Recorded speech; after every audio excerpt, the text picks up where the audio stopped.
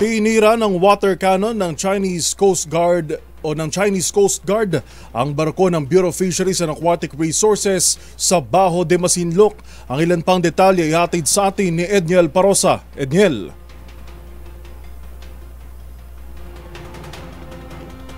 Incident sa West Philippine Sea.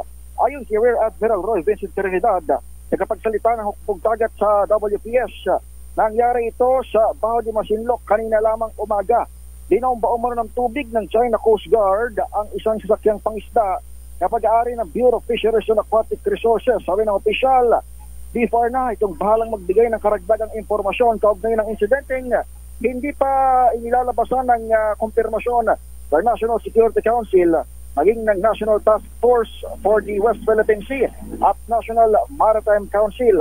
Kabilang sa mga alamin ngayon, Yuel, ay yung kalagayan ng mga mangingisdang sakay at mga opisyalis sa sakay itong BTR vessel nagsasagawa lamang ng routinary activity dito sa Bajo de Masinloc ng exclusive economic zone ng ating bansa. Ito si Edniel Parosa, nag-uulat para sa DZRH. Una sa Pilipinas, una sa Pilipino. Maraming salamat, Edniel Parosa.